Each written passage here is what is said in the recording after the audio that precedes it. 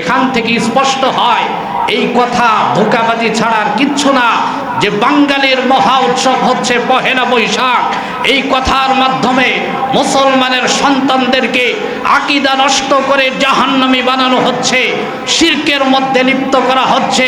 ব্যক্তহীন কণ্ঠে মুসলমানকে এই কথা বলতে হবে, আমি মুসলমান, হিন্দু বৌদ্ধ খ্রিস্টানের কোন আদর্শ লালন পালন করে আমি পহেলা বৈশাখ পালন করতে পারি না। বাংলাদেশের মধ্যে ঢালাওভাবে রাষ্ট্রীয়ভাবে শিরক হয় রাজনীতির ময়দানে, দলীয়ভাবে রাষ্ট্রীয়ভাবে শিরক হয় রাজনীতির মাধ্যমে। অনেক নেতা রাজনীতি করতে গিয়া আল্লাহর সঙ্গে শিরিক করে, কুফরি করে, আকীদা নষ্ট করে, ঈমান নষ্ট করে জাহান্নামের দ্বার প্রান্তে চলে যাচ্ছে, অথচ নেতার নিজের খবর নাই। দ্বিতীয় নম্বরে বাংলাদেশে সবচেয়ে বেশি শিরক হয় সংস্কৃতির নাম দিয়া। কিসের নামে? সংস্কৃতির নাম দিয়া। ইসলামে সংস্কৃতি হারাম না, ইসলামে সংস্কৃতি আছে, তবে ইসলাম বিদ্বেষী কোনো সংস্কৃতি ইসলাম সমর্থন করে না। ইসলামের সংস্কৃতি আপনাকে ইসলামের রীতিনীতি অনুযায়ী মানতে হবে। এই যে পহেলা বৈশাখ উদযাপন হয়, এটা আসলো কোত্থেকে? পহেলা বৈশাখ বাংলাদেশে উদযাপিত হচ্ছে তিনটি ধাপে। কয় ধাপে?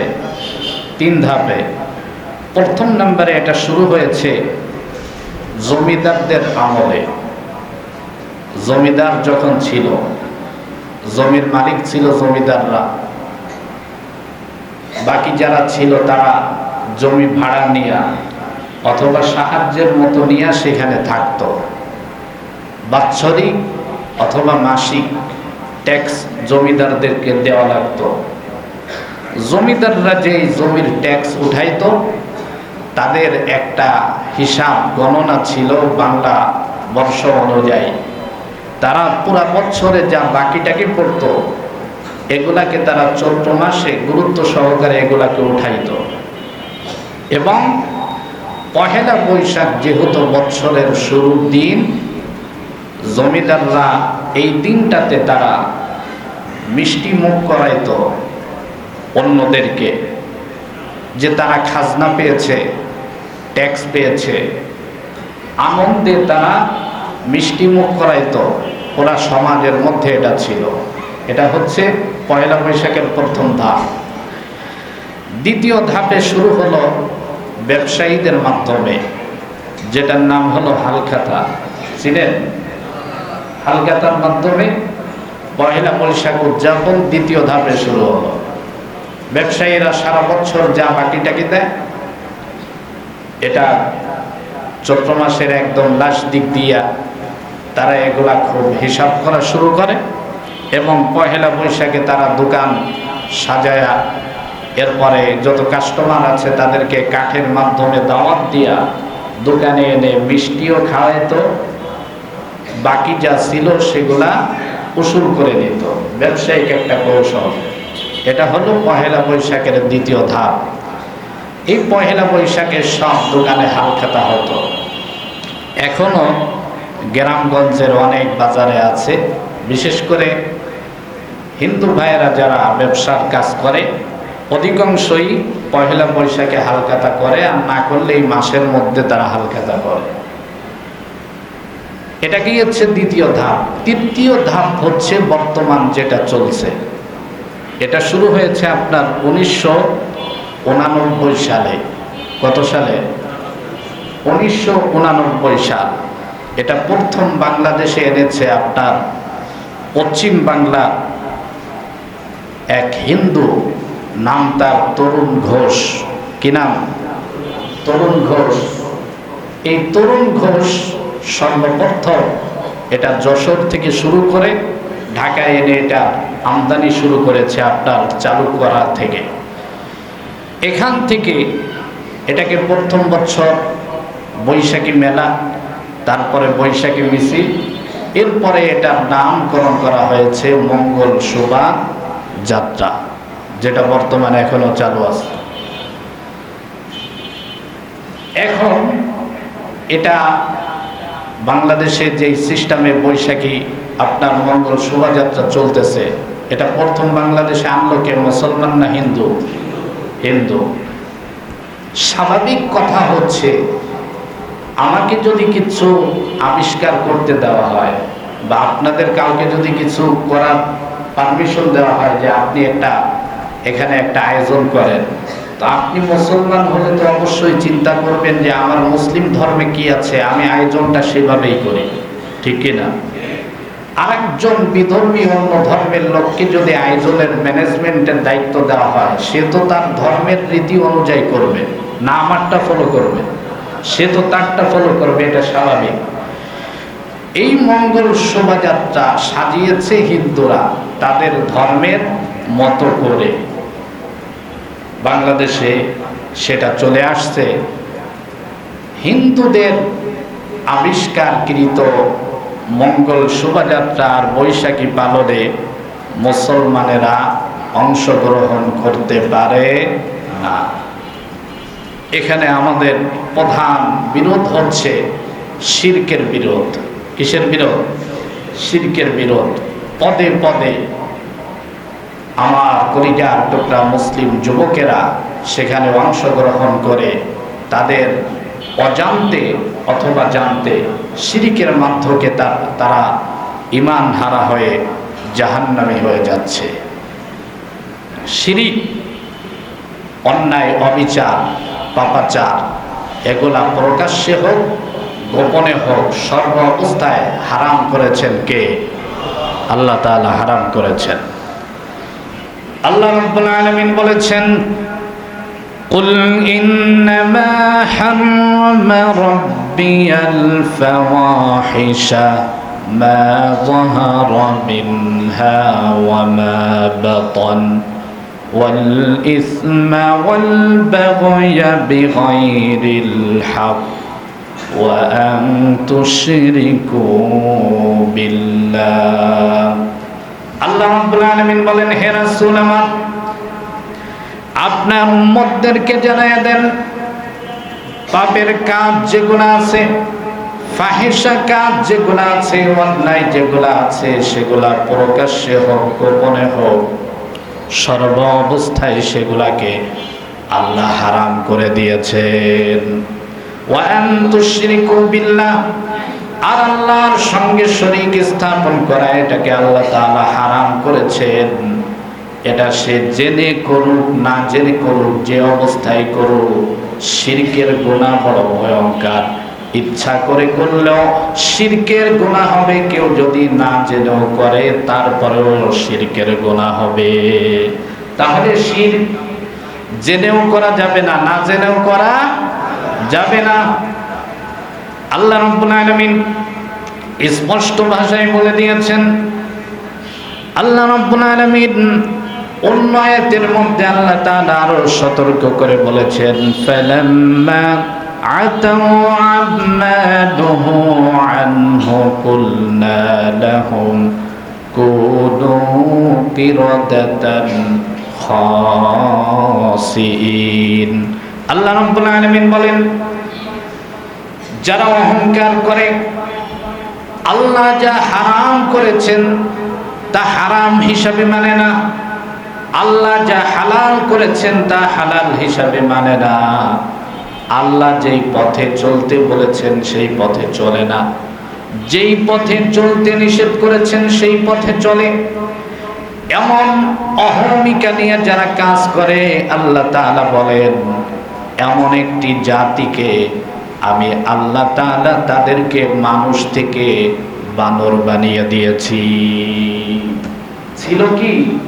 মানুষ বানিয়ে দিয়েছেন কি? বানর। যারা সীমা লঙ্ঘন করে, আল্লাহ হুকুমের সীমারেখার মধ্যে যারা থাকে না, হুকুমের বাহিরে চলে যায়, এমন একটি জাতিকে আল্লাহ তাআলা বানর বানিয়ে দিয়েছেন। এই ওয়াজ আল্লাহ কেন আমাদেরকে করেছেন? তার মানে হচ্ছে আল্লাহ তাআলা আখিরি জামানার নবীর উম্মতদেরকে দুনিয়ায় সরাসরি শাস্তি দেন না। আগের জামানার অনেক মানুষকে আল্লাহ তাআলা গুনাহ করেছেন তো আকার পরিবর্তন করে ফেলেছেন, মানুষ থেকে শূকর বানিয়েছেন, মানুষ থেকে বানর বানিয়ে দিয়েছেন, অন্য প্রাণীর আকৃতি চলে আসছে। গুনাহ করছে তো তার চেহারার মধ্যে গুনার ছাপ ভেসে উঠছে। আমার আপনার নবী এটা আল্লাহর কাছে দোয়া করেছেন, আল্লাহ আমার উম্মতকে আপনি এই বেইজ্জতিটা অন্তত করবেন না আমার খাতিরে। আল্লাহ তা মঞ্জুর করে নিয়েছেন, এজন্য বানর বানাবেন না। তবে বানর যে জাতি হয়েছে, রাসূল হাদিসের মধ্যে বলেছেন, মান তাশাব্বাহা বিকওমিন ফাহুয়া মিনহু।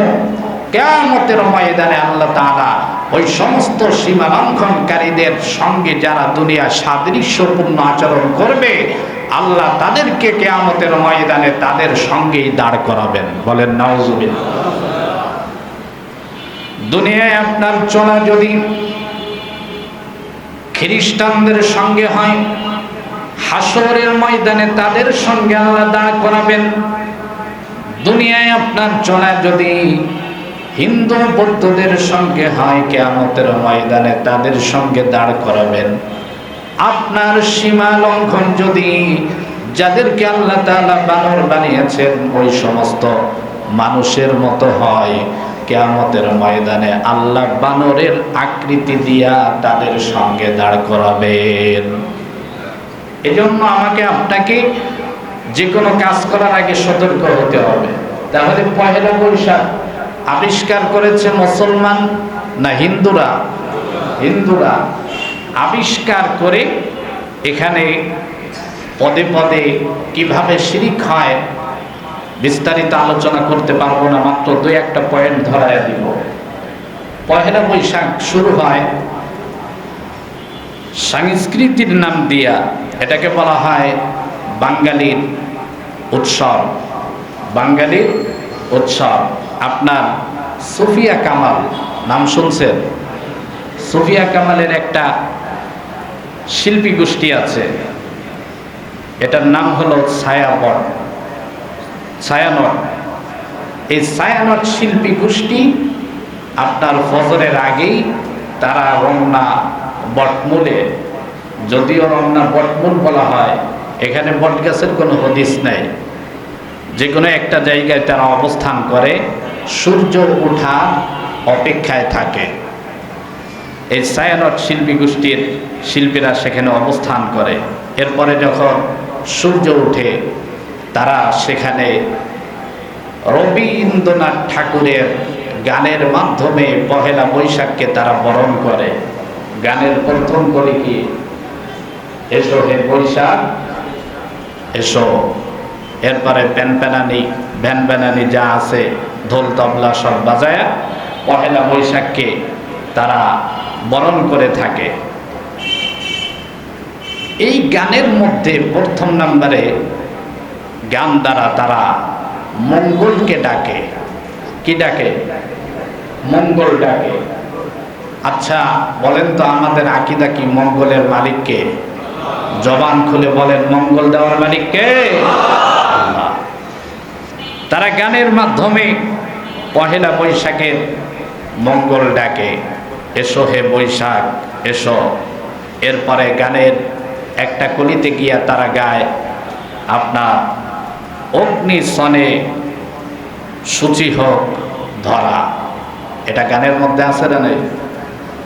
যদি না জানা থাকে তাহলে গুগলে সার্চ দিবেন রবীন্দ্রনাথের বৈশাখের গান, এটার মধ্যে পেয়ে যাবেন। মুসলমান সন্তানেরা এই গান গেয়ে বৈশাখকে বরণ করছে, অথচ মুসলমান একবার চিন্তা করে নাই গানের মধ্যে কি লেখা আছে। অগ্নি স্নানে সূচি হোক ধরা। অগ্নি মানে কি? আগুন। স্নান মানে গোসল, আর সূচি মানে পবিত্র। সূচি মানে কি? পবিত্র। হোক মানে তো হোক, ধরা মানে পৃথিবী। তাহলে গানের সার কথা কি দাঁড়ালো? আগুনের গোসলের মাধ্যমে পবিত্র হোক পৃথিবী। মুসলমান হলে জবানটা খুলে নাউজুবিল্লাহ বলেন। আগুনের গোসলের মাধ্যমে পবিত্র হোক পৃথিবী, আগুনের দ্বারা কোনো কিছু পবিত্র করার আকীদা মুসলমানদের না হিন্দুদের? এটা তো বুঝেন। আগুনের মাধ্যমে কোনো কিছু পবিত্র মুসলমান করে না। মুসলমানকে যদি পবিত্র হতে হয়, মুসলমান সর্বপ্রথম পবিত্র হয় ওযুর মাধ্যমে।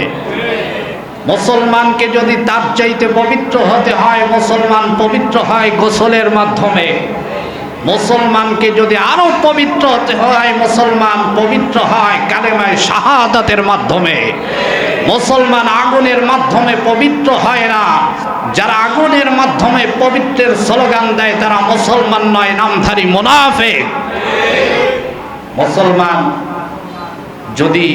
আপনি যদি পবিত্র হতে চান, তাহলে সূর্য ওঠার অপেক্ষায় আপনাকে থাকতে হবে না। এখানে আরেকটা বিষয় দেখেন, তাদের উৎসব শুরু হয় সূর্য ওঠার পর থেকে। মুসলমান সূর্য ওঠার অপেক্ষায় থাকে না, মুসলমান ইবাদত শুরু করে সূর্য ওঠার আগে। সূর্য উঠলে মুসলমান ইবাদত বন্ধ করে, সূর্য ডুবলে মুসলমান ইফতারের মাধ্যমে ইবাদত শুরু করে। এজন্য মুসলমানের কোনো আকীদা, কোনো ইবাদত সূর্য ওঠার সঙ্গে সম্পর্ক নাই। মুসলমান ইবাদত করে সূর্য ওঠার আগে। যদি মঙ্গল চাইতে হয়, মঙ্গল পেতে হয়, মসজিদের মিনারায় যখন মঙ্গলের জন্য ডাক দেওয়া হয়, হাইয়া আলাস সালাহ, হাইয়া আলাল ফালাহ, এসো মঙ্গলের দিকে, উচিত ছিল মিছিল করে শোভাযাত্রা করে মসজিদে আসা। কারণ এখানে মঙ্গলের জন্য ডাকা হচ্ছে, রমনার বটপুলে মঙ্গল নাই, সেখানে সব অমঙ্গল। ঠিক কিনা? তাহলে এখানে দুইটি বিষয় পেলাম। এক নাম্বার, তারা সূর্যকে ডাকছে, সূর্যের অপেক্ষায় থাকছে। দ্বিতীয় নাম্বার, তারা সূর্যের আলোর মাধ্যমে তারা গোটা পৃথিবীটাকে তারা পবিত্র করতে চায়, যেটা হিন্দুদের আকীদা, খ্রিস্টানদের আকীদা। হযরত ইব্রাহিম আলাইহিস সালাম আল্লাহর কাছে দোয়া করেছিলেন, ফালাম্মা রাআ আশ-শামসা বাযিগাতান ক্বালা হাযা রাব্বি ফালাম্মা আফালা ক্বালা লা উহিব্বুল আফিলিন। হযরত ইব্রাহিম আলাইহিস সালাম তার জামানার মানুষগুলা চন্দ্রের পূজা করত, সূর্যের পূজা করত, তারকার পূজা করত। তিনি মানুষকে বোঝানোর জন্য সবগুলাকে রব বলে আবার বলেছিলেন, যেই জিনিস অস্তমিত হয় আবার যেই জিনিস বন্ধ হয়ে যায়, যেই জিনিস উদিত হয় আবার অস্তমিত হয়, সেই জিনিস কোনোদিন রব হতে পারে না। খ্রিস্টান হিন্দুদের আকীদা হলো, চন্দ্র আমার রব, সূর্য আমার রব, তারকা আমার রব। ইব্রাহিম আলাইহিস সালাম এক বাক্যে ঘোষণা দিয়ে দিলেন, ইন্নী ওয়াজ্জাহতু ওয়াজহিয়া লিল্লাযী ফাতারাস সামাওয়াতি ওয়াল আরদা হানিফাও ওয়া মা আনা মিনাল মুশরিকিন। তিনি তার বক্তব্য স্পষ্ট করলেন, এগুলার কোনোটার সঙ্গে আমার সম্পর্ক নেই। আমি মুতাওয়াজ্জিহ হচ্ছি, আমার চেহারা আমি ঘুরিয়ে নিলাম ওই রবের দিকে যিনি আমাকে সৃষ্টি করেছেন। আর তিনি পরিষ্কার তার পরিচয় দিয়ে দিলেন, ওয়ালা আনা মিনাল মুশরিকিন, আমি মুশরিকদের অন্তর্ভুক্ত নই। আচ্ছা বলেন তো, আমরা কি মুশরিকদের অন্তর্ভুক্ত? যদি অন্তর্ভুক্ত না হই, তাহলে সূর্যের পূজা করা যাবে না। পহেলা বৈশাখ যারা এই রীতি অনুযায়ী যারা এই পহেলা বৈশাখ পালন করছে, প্রথম নাম্বারে তারা আল্লাহকে রব বাদ দিয়া তারা সূর্যের পূজা শুরু করে দিয়েছে। কন্যা আউযুবিল্লাহ। তাহলে প্রথম নাম্বারে তারা এই গান দিয়া শুরু করলো শিরক। দ্বিতীয় নাম্বারে মঙ্গল শোভাযাত্রা যে আপনার চালু করার থেকে বের করা হয়, এখানে তাদের মিছিলের মধ্যে দেখবেন বিভিন্ন প্রাণীর মাথার আকৃতি থাকে। সর্বপ্রথম তারা সবচেয়ে বড় যেটা করে, এটা হচ্ছে পেঁচা, পেঁচার আকৃতি। এরপরে বাঘের আকৃতি, ভাল্লুকের আকৃতি, বানরের আকৃতি, মাছের আকৃতি। কেন? তারা এগুলার পূজা করে। তাদের যত দেবদেবী আছে এক একটার বাহন এক একটা প্রাণী। যে যেই দেবদেবীকে মানে স্রষ্টা হিসাবে, সে তার বাহনকে সাজিয়ে পহেলা বৈশাখের মঙ্গল শোভাযাত্রায় হাজির করে। এখন প্রশ্ন হলো, মঙ্গল শোভাযাত্রা যেই মিছিলটা হয় এটা কি মানুষের না বানরের? কাদের মিছিল? বাস্তবে মিছিলটা করে কি মানুষ না অন্য কোনো প্রাণী? মানুষ করে। তো মানুষের মিছিলে পেঁচার, আপনার ওটা কি বলে, পেঁচার মূর্তি কেন, পেঁচার মুখোশ কেন? পেঁচা কি বাঙালি ছিল? হ্যাঁ, পেঁচাও কি বাঙালি? বলবেন যে বাংলাদেশের পেঁচা যারা আছে সেগুলো তো বাঙালি। পেঁচা, বাঘ, ভাল্লুক এগুলা বাঙালিও না, ইংরেজিও না, হিন্দিও না, আরবিও না। প্রমাণ কি? আল্লাহ কোরআনে বলেছেন, আল্লাহ তাআলা বলেছেন, وَمِنْ آيَاتِهِ خَلْقُ السَّمَاوَاتِ وَالْأَرْضِ وَاخْتِلَافُ أَلْسِنَتِكُمْ وَأَلْوَانِكُمْ إِنَّ فِي ذَلِكَ لَآيَاتٍ لِلْعَالِمِينَ। আল্লাহ রাব্বুল আলামিন বলেন, ভাষার পরিবর্তন আর চেহারার পরিবর্তন আল্লাহ তাআলা কেবল শুধু মানুষকে দিয়েছেন। মানুষ ছাড়া অন্য কোনো প্রাণীর ভাষার পরিবর্তন নাই, চেহারার কোনো পরিবর্তন নাই। আমার চেহারা যেমন গোটা বাংলাদেশ না গোটা পৃথিবীতে দ্বিতীয় আরেকজন এমন মানুষ খুঁজে পাবেন না। পাবেন? আপনার চেহারার মতো আরেকজন খুঁজে পাবেন না। কিন্তু আপনার গ্রামের বিড়ালের চেহারা যেমন, আমার নড়াইলের বিড়ালের চেহারা তেমনই না আরেক রকম? আমার নড়াইলের বিড়ালের চেহারা যেমন, ভারতের বিড়ালের চেহারাও কিন্তু তেমন না আরেক রকম। ওদের চেহারার কোনো পরিবর্তন নেই, ভাষার কোনো পরিবর্তন নাই। যদি প্রমাণ করতে চান তাহলে বলেন তো, বাংলাদেশের বিড়ালটাকে ম্যাও করে আর আমেরিকার বিড়ালটাকে ঘ্যাও করে, হ্যাঁ না ম্যাও করে? ভারতের বিড়াল কি বলে ডাকে? হাম্বা না সব দেশের বিড়ালই ম্যাও কয়? তাহলে সব দেশের বিড়াল একই ভাষায়, সব দেশের কুকুর একই ভাষায়, সব দেশের গরু একই ভাষা, তাদের ভাষার কোনো পরিবর্তন নাই। তাহলে মঙ্গল শোভাযাত্রার মধ্যে যেই পেঁচা আনলো, এই পেঁচা কি বাঙালি? হ্যাঁ, এখনো সন্দেহ আছে নাকি যে পেঁচা বাঙালি না হিন্দি, কোনটা করবো? পেঁচা যে বাঙালি না এটা কোনো সন্দেহ আছে? পেঁচা বাঙালি না, তাহলে পেঁচা আনলো কেন? পেঁচা আনছে এজন্য আমাদের হিন্দু ভাইদের, তাদের ধর্মের প্রতি শ্রদ্ধা রেখেই বলছি, হিন্দু ভাইদের আকীদা হচ্ছে মঙ্গলের মালিক হচ্ছে লক্ষ্মী দুর্গা। মঙ্গলের মালিককে মা লক্ষ্মী বলে না? এই মা লক্ষ্মী হচ্ছে মঙ্গলের মালিক, মঙ্গলের স্রষ্টা। মঙ্গল দেওয়ার একমাত্র তাদের ধর্ম অনুযায়ী মালিক হচ্ছে কে? লক্ষ্মী, মা লক্ষ্মী। তাদের প্রত্যেক দেবদেবীর বাহন আছে, আর এই লক্ষ্মীমার বাহন হচ্ছে পেঁচা। লক্ষ্মীমার বাহন কি? পেঁচা। এগুলা আপনারা ইতিহাস থেকে জেনে নিয়েন। মা লক্ষ্মীর, লক্ষ্মীমার বাহন হচ্ছে পেঁচা।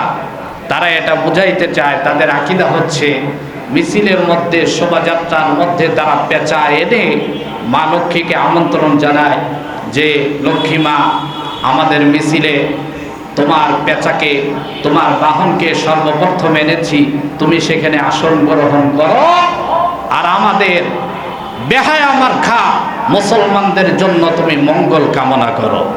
নাউজুবিল্লাহ বলে। এই যে যে আকীদা ধারণ করে, আকীদা মঙ্গল অমঙ্গলের মালিককে, আর তাদের আকীদা মঙ্গল দেওয়ার মালিক লক্ষ্মী মা। এজন্য তারা পেঁচা মূর্তিকে তারা সামনে রেখেছে। আচ্ছা বলেন, এই আকীদায় যদি কোনো মুসলমানের সন্তান কালেমা পড়ার পর, গরুর গোশত খাওয়ার পর যদি তাদের মিছিলে অংশগ্রহণ করে, বুঝে করুক না বুঝে করুক, ঈমান থাকবে না যাবে? সন্দেহ আছে? তাহলে ইতিপূর্বে পহেলা বৈশাখের এই সমস্ত অনুষ্ঠানে যতবার অংশগ্রহণ করেছেন, কানে ধরে তওবা করেন, ভবিষ্যতে আর কোনোদিন যাবেন না, সন্তানকেও যেতে দেবেন না, এই ইরাদা করেন মুসলমান বলে। তাহলে স্পষ্ট কথা হলো, পহেলা বৈশাখে যত অনুষ্ঠান বাংলাদেশে হয় এ জাতীয়, এ সমস্ত অনুষ্ঠানে অংশগ্রহণ করা, মঙ্গল শোভাযাত্রায় অংশগ্রহণ করা মুসলমানের জন্য কবিরা গুনাহ। কি গুনাহ? কি গুনাহ? কবিরা গুনাহ। আর এটাকে বিশ্বাস করার নাম হচ্ছে কুফরি। বিশ্বাস করলে কুফর, আর বিশ্বাস না করে অংশগ্রহণ করলে কবিরা গুনাহ। তাহলে আপনারা কি কুফরি করবেন না কবিরা গুনাহ করবেন? কবিরা গুনাহ না কোনোটা করবেন না? যদি না করা হয় তাহলে বাংলাদেশে বাঙালি নাম দিয়া মুসলমানদেরকে যদি বলা হয় যে মুসলমান তুমি পেঁচা পূজা করো, করবেন? মুসলমানকে যদি বলা হয় সূর্যের পূজা করো, করবেন? যদি বলা হয় মাছের পূজা করো, করবেন? রবীন্দ্রনাথ ঠাকুর ছিল প্রকৃতি পূজারী। প্রকৃতি যা পেত তার পূজা করত। রবীন্দ্রনাথ ঠাকুরের আদর্শ মেনে যদি বলা হয় গাছের পূজা করেন, করবেন? মাছের পূজা করতে বললে করবেন? বাতাসের পূজা করতে বললে করবেন? গরমকাল, শীতকাল এগুলার পূজা করতো রবীন্দ্রনাথ। আপনাকে যদি বলা হয় করতে, করবেন? এটা বাংলা কথা, করবেন না। ওরাও জানে মূর্তি পূজা করতে করলে করবেন না, বলবেন যে আমি মুসলমান। এজন্য ঘুরায়া পেঁচায়া এমন সিস্টেমে নাম দিয়েছে যে বাঙালির মহা উৎসব পহেলা বৈশাখ, মানে আমি বাঙালি হলে ওখানে অংশগ্রহণ করতে হবে, তা না হলে বাঙালিত্ব থাকবে না। বিবিসির গত বছরের একটা রিপোর্ট হলো, বাঙালি জাতির শ্রেষ্ঠ বাঙালির নাম কি জানেন? বাংলাদেশের বিবিসির রিপোর্ট, তারা একটা ভোট করেছিল, এখানে মতামত চেয়েছিল যে শ্রেষ্ঠ বাঙালি কে। তো বিবিসির রিপোর্টের শ্রেষ্ঠ বাঙালি হলো শেখ মুজিবুর রহমান। আল্লাহ তাকে মাফ করে জান্নাতের উচ্চ মাকাম দান করেন। কি আমিন কইতে কষ্ট হয়? মুসলমান ছিল না? দোয়া করলে কি গুনাহ হবে? না তার দলে চলে যাওয়া হবে? দেশের জন্য যারা কাজ করেছে, আপনার দলের হোক বিরোধী দলের হোক, তার জন্য দোয়া করা আপনার কর্তব্য। জিয়াউর রহমান কাজ করেছে, তার জন্য আমার দোয়া করতে হবে, নাগরিক হিসাবে আমার দায়িত্ব। বঙ্গবন্ধু দেশের জন্য কাজ করেছে, নাগরিক হিসাবে আমার দায়িত্ব তার জন্য দোয়া করা। সে যদি মাপ পেয়ে জান্নাতে চলে যায়, আমার কোনো সমস্যা আছে? নাই। তাহলে আপনার বিবিসির রিপোর্ট, শ্রেষ্ঠ বাঙালিকে বঙ্গবন্ধু, এটা বিবিসির রিপোর্ট। এটা আবেগের জিনিস, ভালোবাসার জিনিস। আমাকে যদি বলা হয় শ্রেষ্ঠ বাঙালিকে, আমি ফতোয়া দিব শ্রেষ্ঠ বাঙালি হচ্ছে শামসুল হক ফরিদপুরি রহমতুল্লাহি আলাইহি। আমাকে যদি বলা হয় শ্রেষ্ঠ বাঙালি হিসাবে কাকে মানবেন, আমি বলবো শ্রেষ্ঠ বাঙালি হচ্ছে হাফেজ হুজুর রহমতুল্লাহি আলাইহি। কামরাঙ্গীর চরে যারা আছে তারা অন্তত এই কথা বলতে হবে, বাংলাদেশের শ্রেষ্ঠ বাঙালি যদি কেউ হয় সে হচ্ছে মোহাম্মদুল্লাহ হাফেজি। ঠিক কিনা বলেন? এখন বঙ্গবন্ধুর আদর্শ যারা মানে তারা তো বলবে শ্রেষ্ঠ বাঙালি বঙ্গবন্ধু। জিয়ার আদর্শ যারা মানে তারা বলবে জিয়া হচ্ছে শ্রেষ্ঠ বাঙালি। তো আমার ওই বিষয়ে কথা না, টাইম বেশি হয়ে গেছে। বিবিসির রিপোর্টে শ্রেষ্ঠ বাঙালির নাম উঠছে কার? বঙ্গবন্ধু। এখন আমার প্রশ্ন হলো, বঙ্গবন্ধু যে শ্রেষ্ঠ বাঙালি হলো, বঙ্গবন্ধুর পুরা ইতিহাস টানেন, পুরা ইতিহাসের একটা ইতিহাস পাবেন না বঙ্গবন্ধু জীবনে কোনোদিন মঙ্গল শোভাযাত্রা করেছিল। তাহলে কি সে শ্রেষ্ঠ বাঙালি নাই? বাঙালিত্বের নাম কেটে এখন পাকিস্তানি বানাবেন। আমরা হুজুররা কথা বললেই তো কান যে রাজাকারের বাচ্চা, জানে যে বয়স তো আর ওই রাজাকারের মতো হয় না, এই জন্য গালি দেয় রাজাকারের বাচ্চা কইয়া। তো বঙ্গবন্ধুরে কিসের বাচ্চা কইবেন? রাজাকার কইবেন? আলবদর পাকিস্তান কইবেন? সে তো বাঙালি ছিল, শ্রেষ্ঠ বাঙালি বলে আপনারা ফতোয়া দিচ্ছেন, অথচ সে জীবনে কোনোদিন মঙ্গল শোভাযাত্রা করে নাই। এখান থেকে স্পষ্ট হয় এই কথা ধোঁকাবাজি ছাড়া আর কিচ্ছু না, যে বাঙালির মহা উৎসব হচ্ছে পহেলা বৈশাখ। এই কথার মাধ্যমে মুসলমানের সন্তানদেরকে আকীদা নষ্ট করে জাহান্নামী বানানো হচ্ছে, শিরকের মধ্যে লিপ্ত করা হচ্ছে। ব্যক্তহীন কণ্ঠে মুসলমানকে এই কথা বলতে হবে, আমি মুসলমান, হিন্দু বৌদ্ধ খ্রিস্টানের কোনো আদর্শ লালন পালন করে আমি পহেলা বৈশাখ পালন করতে পারি না। মনে থাকবে তো ইনশাআল্লাহ? আল্লাহ প্রত্যেককে বুঝার আমল করার তৌফিক দান করেন।